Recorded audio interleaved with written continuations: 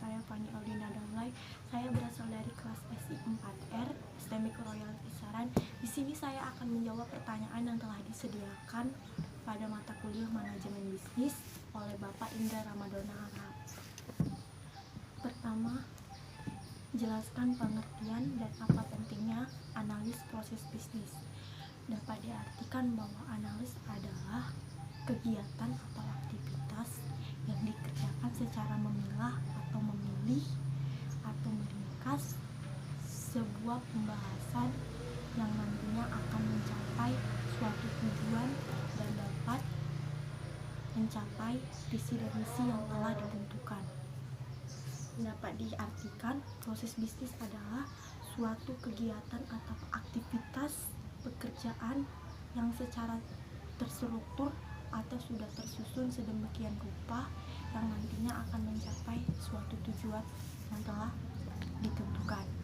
Jadi dapat disimpulkan bahwa pengertian analis proses bisnis adalah kumpulan proses dan kegiatan yang digunakan oleh organisasi dan mempelajari seberapa jauh proses bisnis agar mencapai suatu tujuan atau visi dan misi secara baik atau secara efektif dan efisien. Intinya proses bisnis yaitu agar nantinya dapat memahami atau mempelajari hubungan proses bisnis yang sedang berjalan di suatu perusahaan agar pencapaian visi dan misi secara efisien dan secara efektif berjalan dengan pendapatan visi atau misi organisasi dalam perusahaan tersebut. Metode bisnis ada dua, yang pertama metode bisnis online dan yang kedua metode bisnis offline. Kalau menurut saya yang lebih menguntungkan itu adalah metode bisnis online, karena pada umumnya masyarakat akan lebih mengetahui bisnis apa yang sedang kita jalankan atau yang kita jual dengan cara mereka melihat iklan-iklan yang telah kita pamerkan di sosial media, surat kabar, dan lainnya. Dari bisnis online itu adalah yang pertama, customer akan mengetahui tentang bisnis apa yang kita jual atau kita jalankan, dan yang kedua adalah para customer tidak perlu datang ke tempat kita karena dengan dia sendiri telah mengetahui tentang barang atau jasa yang ingin dia beli terhadap kita, karena dia sudah melihat detail-detail yang telah kita rincikan di dalam suatu barang tersebut. Kelemahan dari bisnis offline adalah yang pertama, dia membutuhkan banyak tenaga kerja. Kenapa begitu?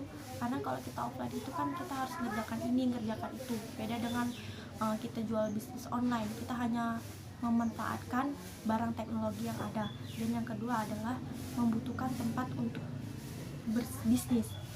Jika kita offline, kita harus mempunyai lapak untuk berbuka bisnis. Dengan adanya itu, kita akan memiliki kerugian yang sangat besar. Kenapa begitu? Karena customer aja nggak tahu tentang apa yang bisnis yang kita jalankan.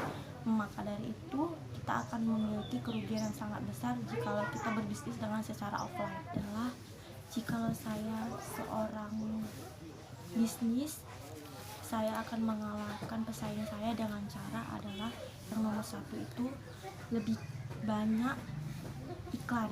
Misalnya itu tadi dengan cara kita mempromosikan di suatu sosial media, surat kabar, televisi, dan lain sebagainya. Karena pada dasarnya customer akan lebih mengetahui tentang yang kita jual. Yang kedua adalah memperbuat diskon, karena pada umumnya kalangan masyarakat lebih suka dengan barang-barang yang mempunyai banyak diskon. Misalnya kita dengan cara diskon 10%, 50%, dan sebagainya. Atau juga dengan cara menurunkan harga barang lebih murah dari harga pesaing yang lainnya. Dan yang nomor 4 itu adalah, menurut analisa Anda, adakah keterkaitan dengan antara bisnis dengan pandemi COVID-19?